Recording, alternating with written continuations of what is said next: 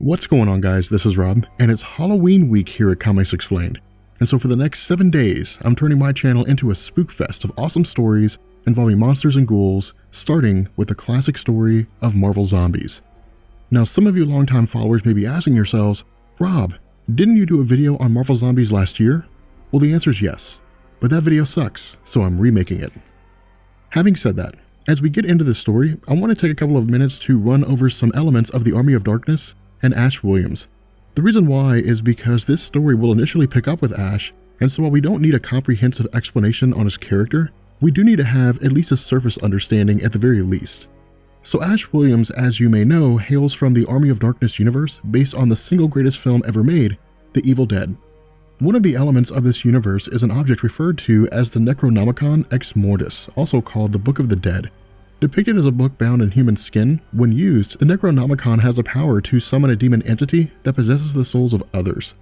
Serving as the catalyst for the plot behind Evil Dead, and the following sequels, including Army of Darkness as well as the comic book stories by Dark Horse and Dynamite Entertainment, Ash Williams shopped smart by shopping at S-Mart, but was also on a constant quest to keep the book out of the hands of individuals who would use it for nefarious purposes, as well as kill the various individuals whose souls were possessed.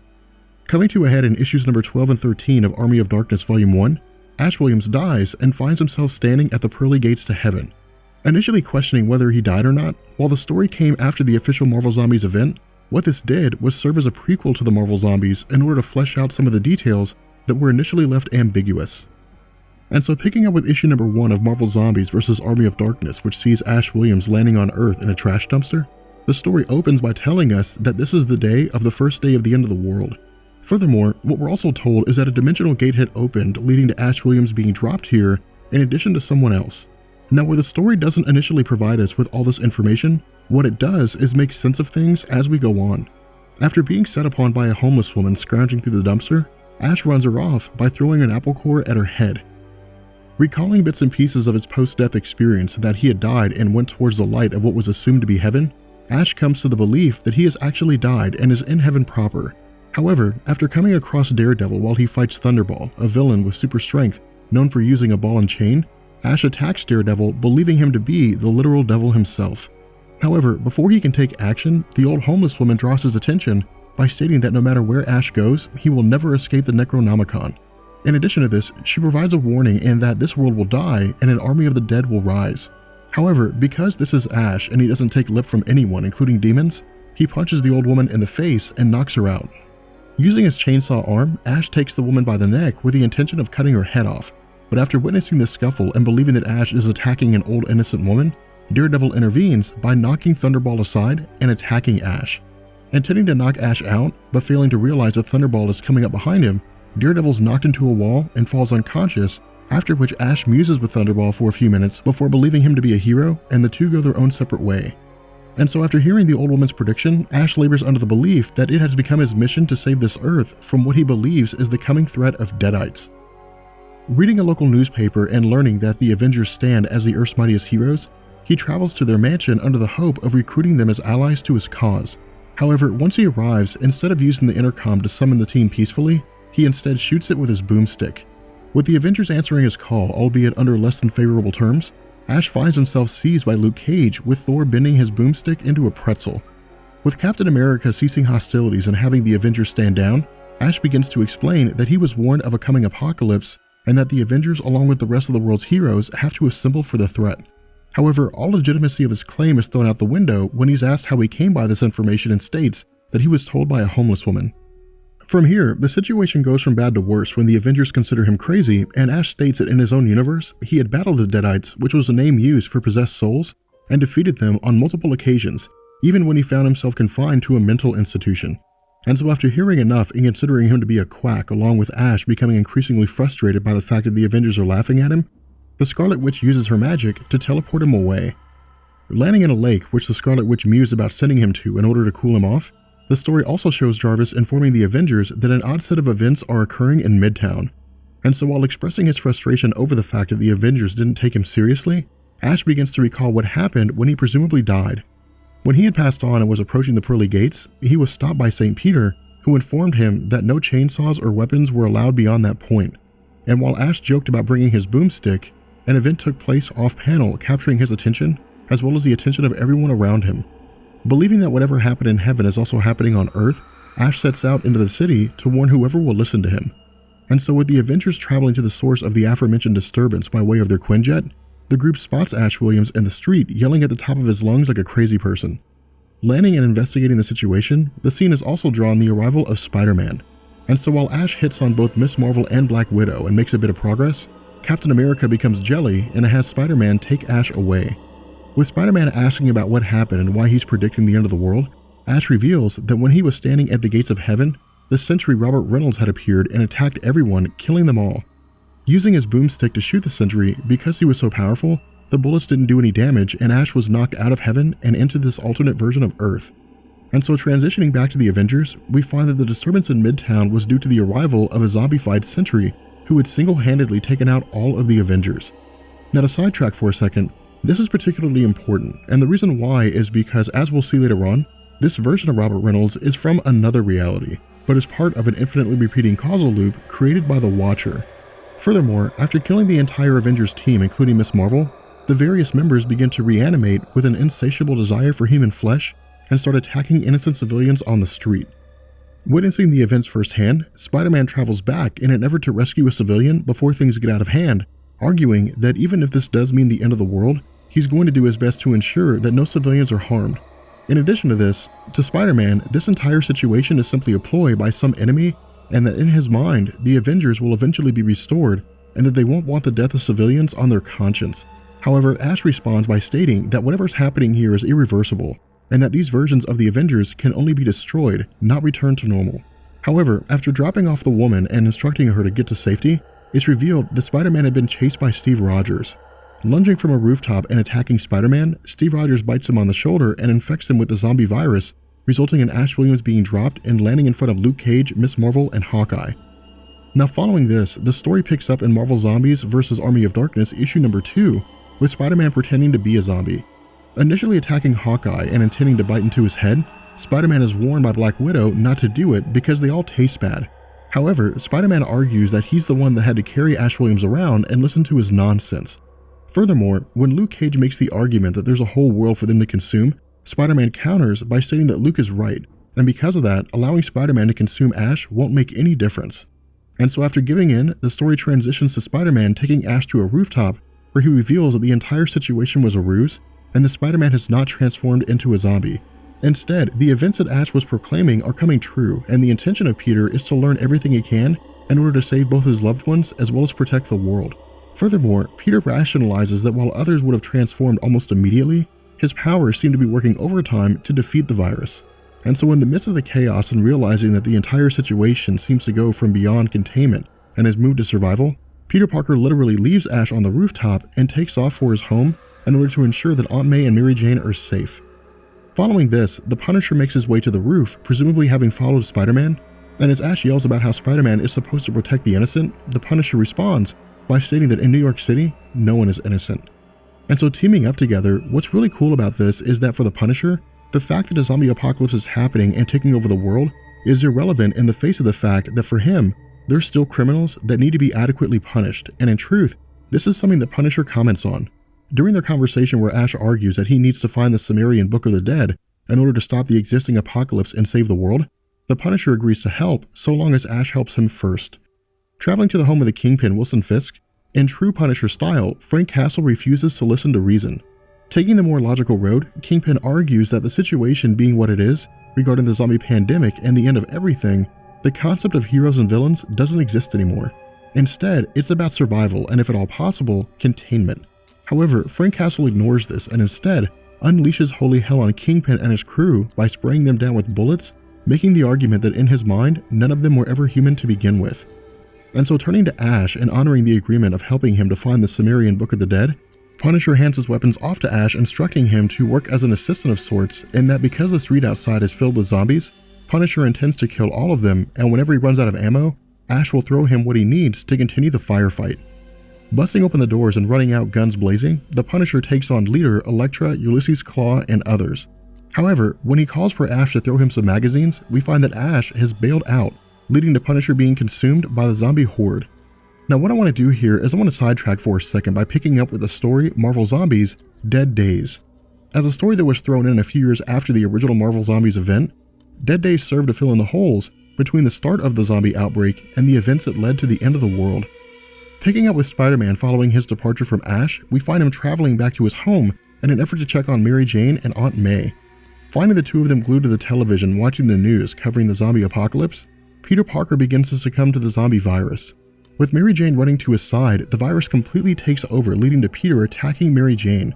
And so following this, Aunt May re-enters the room with a bottle of peroxide for Peter's bite, only to find that he has killed Mary Jane and is consuming her brain. Instructing May to run to the bathroom and lock the door because he can't control his desire to consume flesh, the story transitions to Magneto and Asteroid M. Now what's really interesting about this segment is that this is an instance where an aspect of the story is never explained. During the conversation between Magneto and his acolytes, the indication here is that they had set the Sentry loose on the world in an effort to eliminate a large majority of the human populace and allow the mutants to take over. However, the virus infected indiscriminately and has led to the end of the world. Now what we're going to find as we get further into the story is that this is never explained and the arrival of the Sentry was due to the actions of the Watcher. But looking to make amends for his actions, Magneto vacates Asteroid M in an effort to collect what heroes remain and provide a safe haven.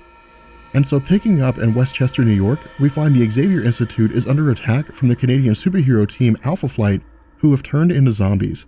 Furthermore, we learn from Storm that Charles Xavier has been killed, and because destroying the brain does not kill the zombies, according to Cyclops, the only thing they can do at the moment is try to escape and survive.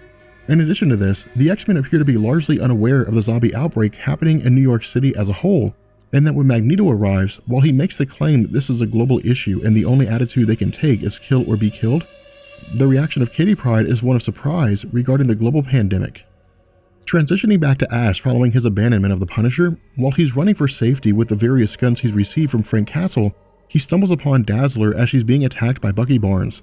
Putting a double-barreled boomstick to the back of his head, Ash helps Bucky understand the error of his ways by blowing his head to pieces. Spitting some mad game and offering Dazzler the opportunity to rest her head on his shoulder, Ash also recounts his experience with the Deadites in saying that during the events of Evil Dead, Army of Darkness, and the subsequent stories, he was always able to attain the Book of the Dead to defeat his enemy and send them back to where they came from. Using the same logic, the argument he presents to Dazzler is that if he can find the Book of the Dead in this reality, assuming that it exists, he should be able to end the apocalypse and set everything back to normal. And so working together, the two make their way to Greenwich Village and the home of Doctor Strange, the Sorcerer Supreme. However, before they can arrive inside the house and while Dazzler explains who Doctor Strange is, a set of hands grab Ash and pull him into the shadows. Realizing that he's not responding to her questions, Dazzler turns around to find that Ash has been killed by a zombie version of Howard the Duck. Now jumping back to Dead Days, we pick up with Ant-Man Hank Pym using his giant man form with Black Panther. With the two trying to escape a group of zombies and Hank leading T'Challa back to his lab, Black Panther comes to the realization that Pym's been bitten and will eventually turn into a zombie. Revealing the truth of his intention, Hank Pym recognized what it was that he would become once he turned and intended to kidnap Black Panther and use him as a source of food by harvesting parts of his body. But because Black Panther is aware that he's been bitten, Hank Pym grows into his giant man form, knocks Black Panther out, and takes him back to his lab. Transitioning to the Fantastic Four in the Baxter Building, what Marvel does is cross some of the mainstream continuity over into this alternate reality continuity. With She-Hulk having previously entered the Baxter Building and killed Franklin and Valeria Richards, the idea here seems to be that unlike the mainstream continuity, Franklin did not have his reality warping powers. On the other hand, like the mainstream continuity, She-Hulk served as part of the Fantastic Four for a time and as such, was able to gain entrance using the access codes provided to her when she was part of the team. And so using her powers to create force fields, Susan Storm avenges her children by blowing She-Hulk's head apart. In addition to this, Johnny Storm informs the group that they have an incoming call from Nick Fury. Picking up with Nick Fury himself, we find an assortment of heroes and villains gathered at the S.H.I.E.L.D. helicarrier. Now in truth, there's really not a whole lot of meat and potatoes to this part of the story. This is really just Nick Fury stating that everyone needs to band together and create a unified search effort for what's left of humanity. In addition to this, what he does is organize a plan with Reed Richards, Tony Stark, and Bruce Banner, putting their minds together for the purpose of developing a cure. Now from here, the story transitions to a kind of montage with Spider-Man attacking J. Jonah Jameson, Thor and Ben Grimm assisting in the rescue party, as well as Doctor Doom declining the request of Nick Fury to join the rescue efforts, and Richard Rider being eaten by zombies. Furthermore, Marvel began setting the stage for the expansion of the Marvel Zombie story by focusing on both Reed and Tony Stark individually. In terms of Reed, Susan Storm visits him in the midst of his autopsy of Alpha Flight's Vindicator. Keeping the trend of Reed focusing more on science than his humanity, his main focus during the autopsy is that the zombie form is actually more efficient biologically due to the fact that they don't eat, sleep, and use far less energy, as the only part of their bodies that remains functional is the brain. Now, this is kind of a weird throw-in considering the fact that the zombie superheroes are just as capable as they used to be, even though they're now zombies, and in truth, the only reason this is here is to establish the motives for Reed's actions later in the story. And so at this point, we transition to Tony Stark, who's being visited by Nick Fury. While Stark was tasked with creating a cure, in his mind, even if they are successful, it would take decades for the planet to recover, and even then, they may never come back from this. As a result, he's used various technologies of Reed Richards to develop a portal that can access another dimension, and his hope is that they can find a reality much like their own that is low in population, waiting for recovery from some kind of a disaster, but that's not infected by the zombie horde. And so because the situation is this desperate, rather than telling Stark to get back to work on a cure, Nick Fury allows him to continue working on a means to escape. And so jumping back to the rescue efforts, the story picks up with the X-Men. And while doing their best to save the various humans and non-powered heroes and villains, Wolverine is attacked by Hawkeye and Steve Rogers, and Magneto does what he can to stave off the various zombies. However, because the odds are so overwhelming, Magneto signals a retreat, with everyone traveling back to the helicarrier.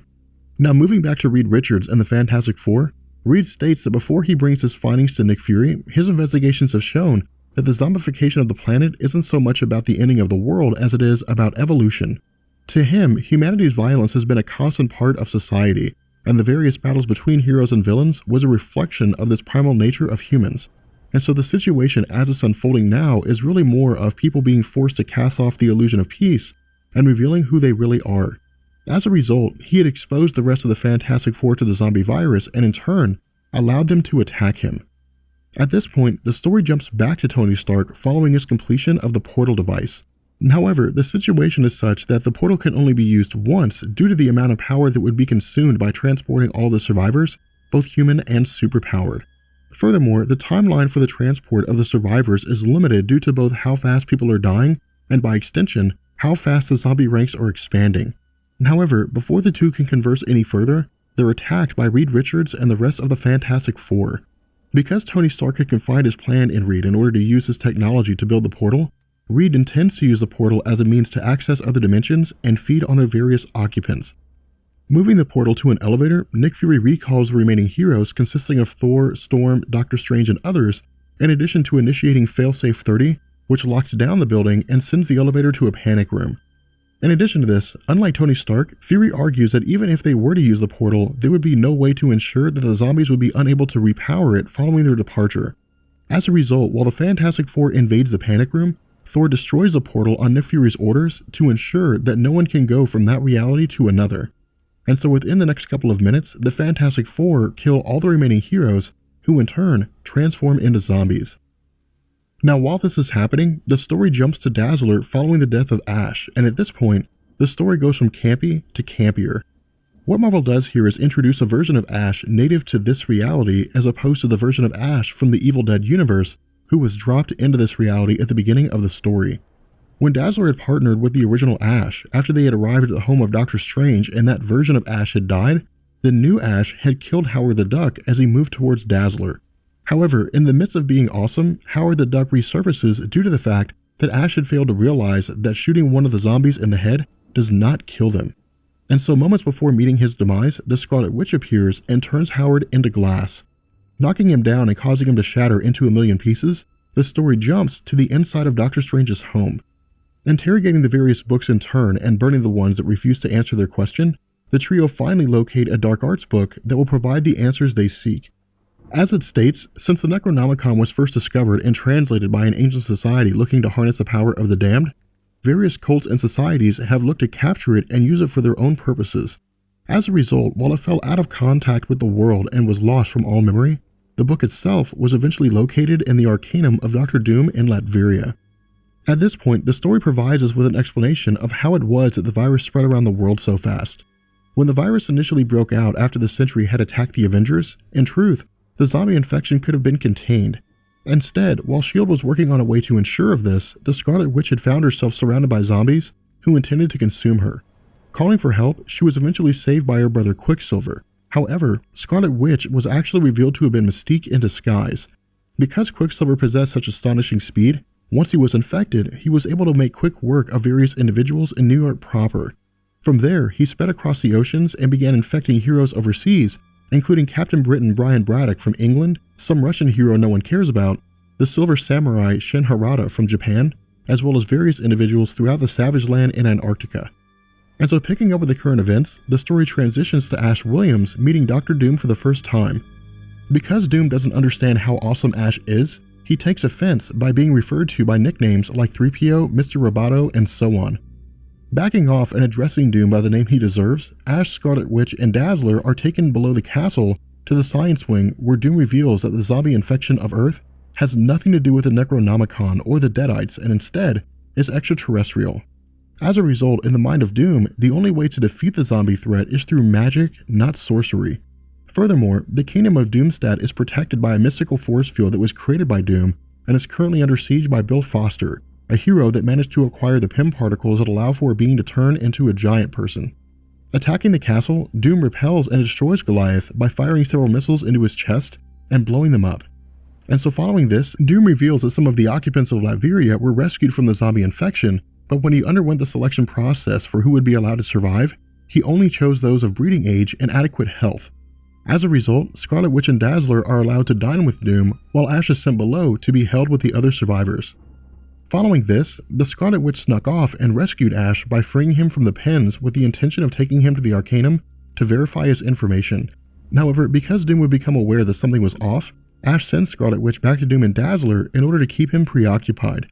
Donning the clothing of one of the Doombots, Ash enters the Arcanum and attains the Book of the Dead. While Ash questions the book with the intention of finding a cure to the zombie plague, the Necronomicon tells him that the zombie outbreak has nothing to do with the Deadites or the Necronomicon. Instead, it originates from another source of unknown origin.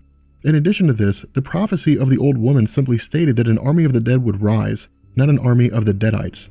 And so armed with this information, what Marvel tells us is that the zombie outbreak is, in effect, completely incurable, and after learning the truth, Ash leaves the Arcanum in an effort to figure out a solution.